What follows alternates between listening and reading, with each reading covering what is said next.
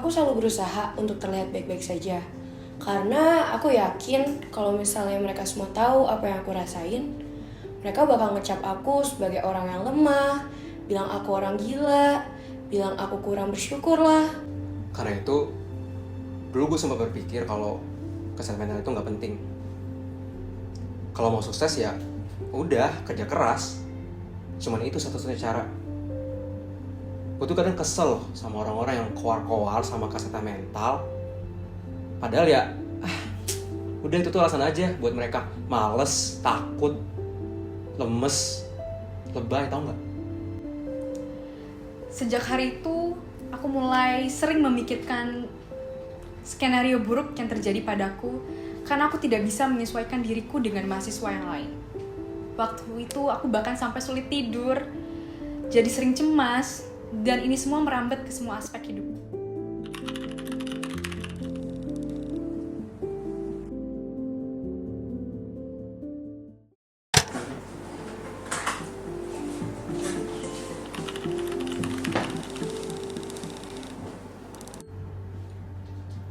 Nama gue Azam.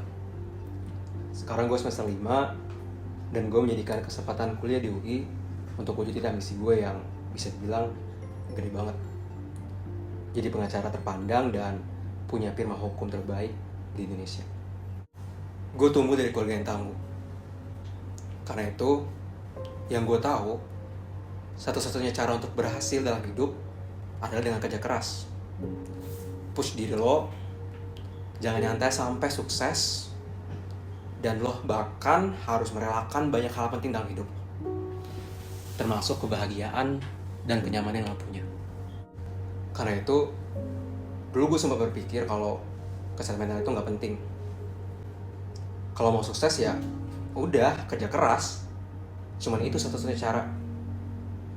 Gue tuh kadang kesel sama orang-orang yang koar-koar sama kesehatan mental. Padahal ya, udah itu tuh alasan aja buat mereka males, takut, lemes, lebay, tau nggak?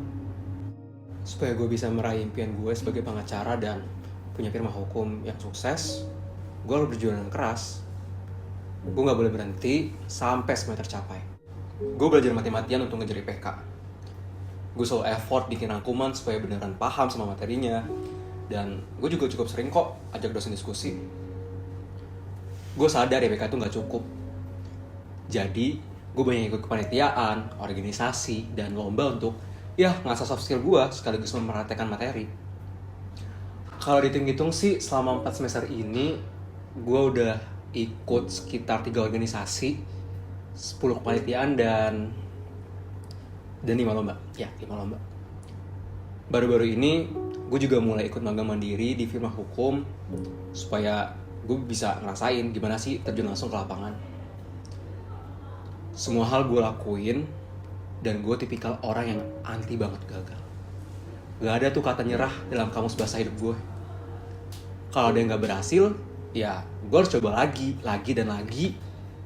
Gue harus kerja 2 kali lipat. Semester 4 gue terpukul banget karena nilai UTS gue sempat hancur-hancuran, proker gue berantakan, kerjaan gue di kantor underperform, dan lucunya gue sempat ngeblank waktu lomba. Itu hal-hal yang gak pernah mau gue ingat lagi sih. Gue sadar pressure-nya gede banget, cuman ya artinya gue harus berusaha lagi 2 kali lebih keras.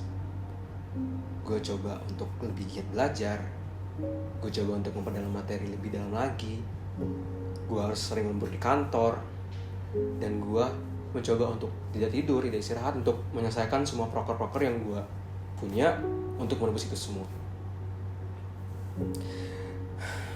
Setelah gue meningkatkan usaha gue 2 kali lebih keras, sampai gue mengorbankan waktu tidur dan istirahat gue, hasil yang gue dapatkan bukannya makin membaik, malah makin menurun.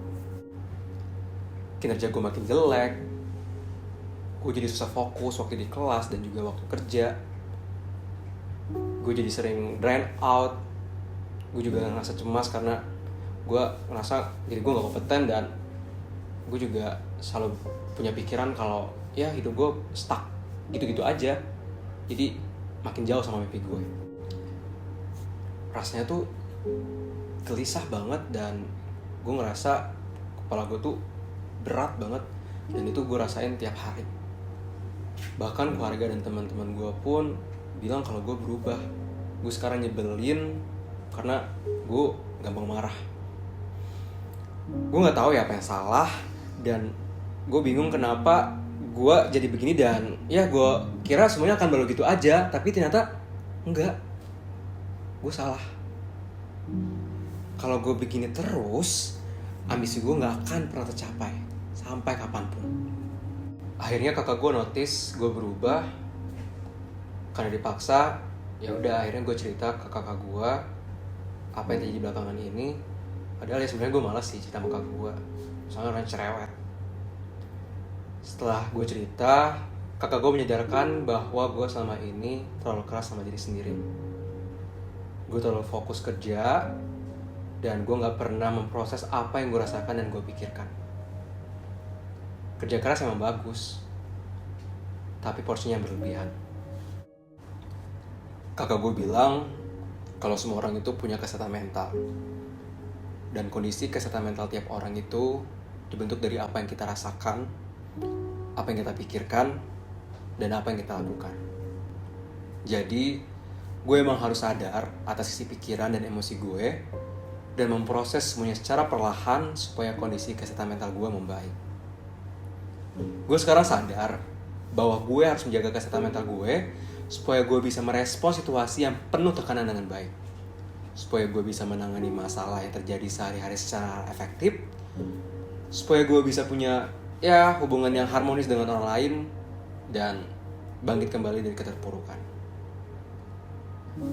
Menjaga dan memperhatikan kesehatan mental itu bukan berarti gue lemah.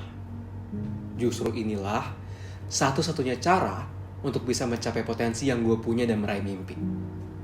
Sekarang, ketika gue udah sadar sama emosi negatif yang gue rasakan, gue akan meluangkan waktu gue untuk rehat sejenak dengan ngelakuin hobi, meditasi, dan kadang gue juga nulis jurnal supaya ya bisa ngembaliin motivasi gue dan mendapatkan segala makna dari pengalaman hidup gue yang berharga.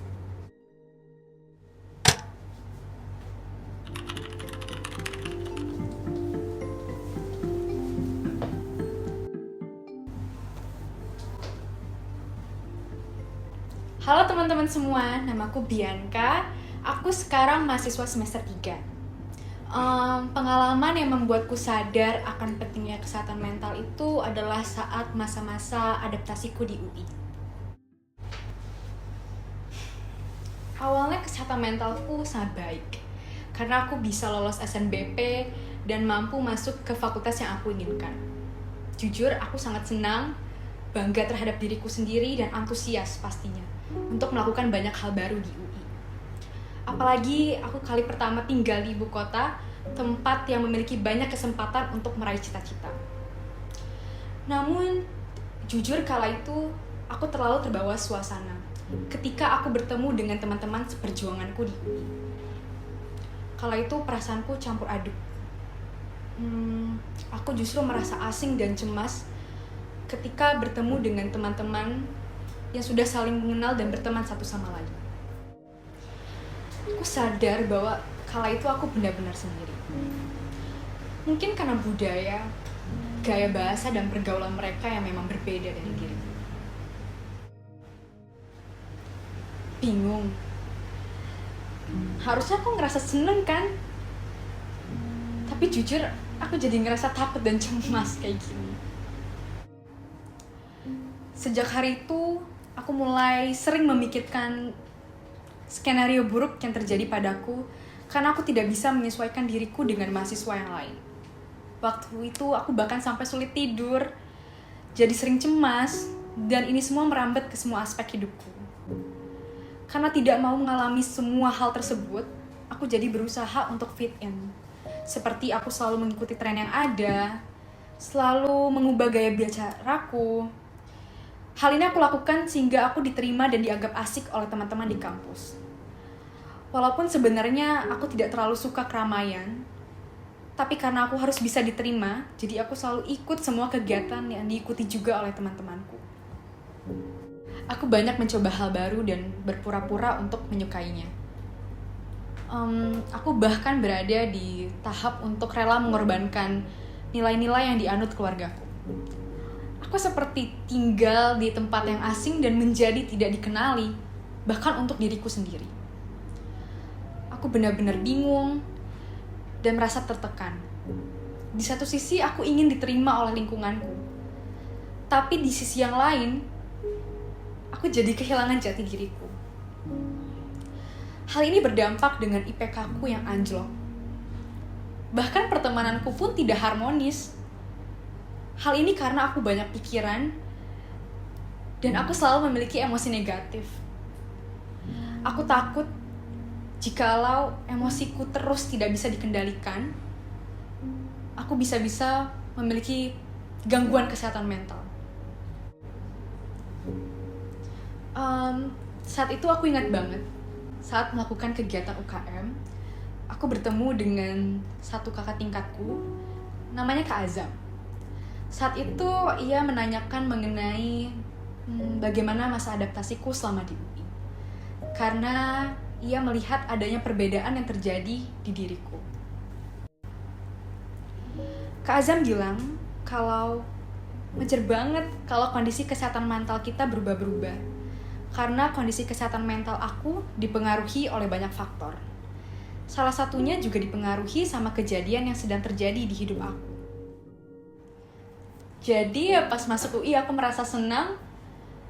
Namun sekarang aku lagi down ya wajar aja. Bukan berarti aku memiliki gangguan kesehatan mental. Aku jadi tahu bahwa aku hanya membutuhkan effort yang lebih untuk mengembalikan emosiku menjadi yang positif lagi. Nah, faktor yang mempengaruhi kesehatan mentalku tuh ada banyak banget faktornya. Mungkin di case aku itu faktor sosial kali ya. Mungkin bisa dilihat dari gaya bahasa, budaya, dan ini mempengaruhi pikiranku. Pikiranku yang terus berkecamuk ini jadi mempengaruhi emosiku yang terus negatif. Dan ini juga sampai mempengaruhi fisikku. Aku jadi susah tidur, aku jadi merasa terus capek, seperti itu. Kak Azam bilang ke aku kalau ternyata ada banyak banget cara yang bisa aku coba untuk menyelesaikan masalahku tersebut. Salah satu cara terbaik adalah cerita ke orang lain. Karena ternyata dengan berdiskusi sama orang lain, aku jadi belajar banyak hal yang bisa bantu aku untuk beradaptasi dengan lebih baik juga di kampus.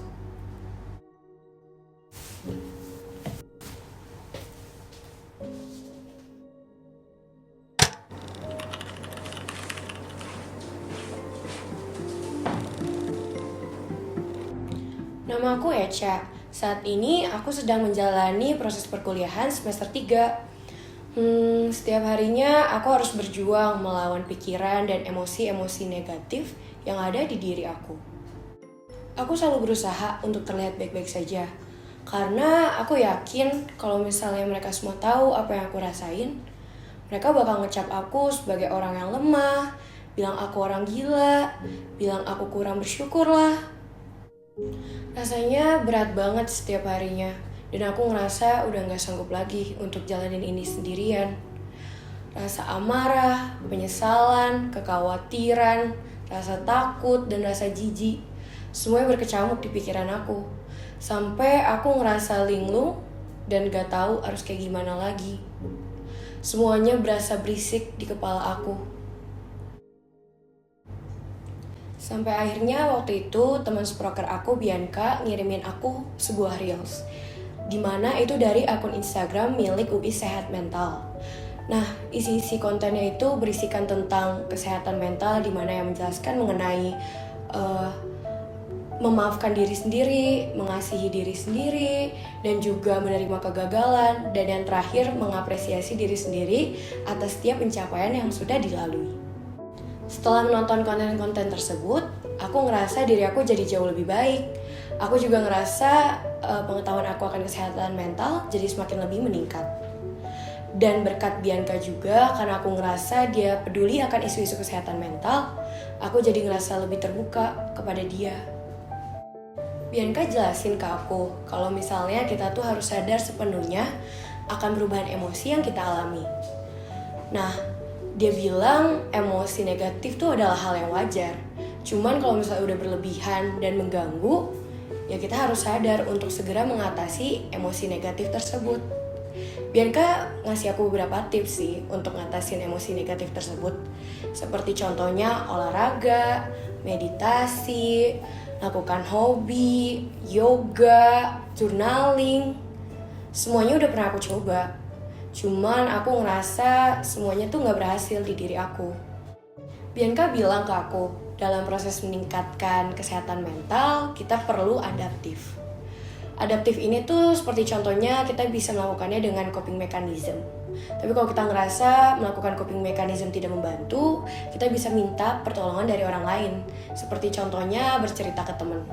Tapi kalau misalnya bercerita ke teman juga tidak membantu, itu tandanya kita harus meminta bantuan dari pihak-pihak profesional. Semua orang layak dan berhak untuk datang ke tenaga-tenaga profesional. Karena aku yakin semua masalah itu berarti. Datang ke psikolog atau psikiater bukan berarti kamu gila. Malahan, dengan kamu datang ke psikolog dan psikiater, kamu ngakui bahwa kamu emang tidak sanggup untuk mengatasi masalah tersebut. Aku yakin semua orang pasti mempunyai suatu masalah yang pastinya mereka tidak bisa tangani sendiri. Jujur, aku seneng banget ketemu Bianca waktu itu. Karena kalau misalnya aku gak ketemu dia, aku gak mungkin datang ke tenaga profesional. Bianca waktu itu nyaranin aku buat datang ke layanan konseling teman sebaya yang dimiliki oleh Sci-Hope. Aku ngerasa setelah konseling by chat, diri aku jadi jauh lebih baik. Aku ngerasa lebih terbuka dan juga tidak berlarut dengan kesedihan aku. Nah, aku juga mau teman-teman mahasiswa untuk dapat mengakses layanan konseling gratis tersebut. Karena caranya mudah banget. Aku waktu itu tinggal ke website Sci-Hope-nya, yaitu www.empoweruni.com. Terus aku login pakai akun email UI aku.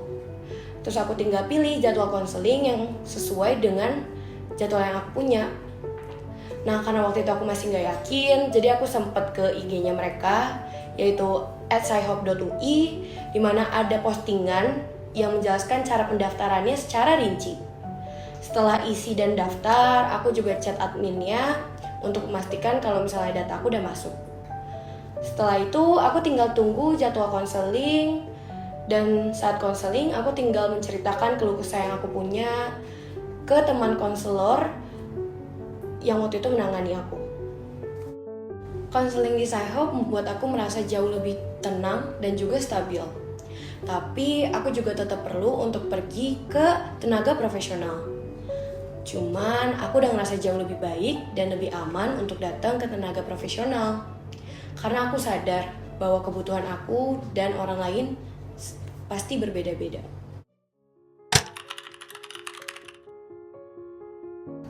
Semua orang punya kesehatan mental. Menjaga kondisi kesehatan mental kita adalah tanggung jawab pribadi. Kita harus menjaga kesehatan mental hidup kita supaya kita mampu mencapai potensi diri yang terbaik dalam diri kita dan supaya kita bisa menikmati hidup kita yang bermakna.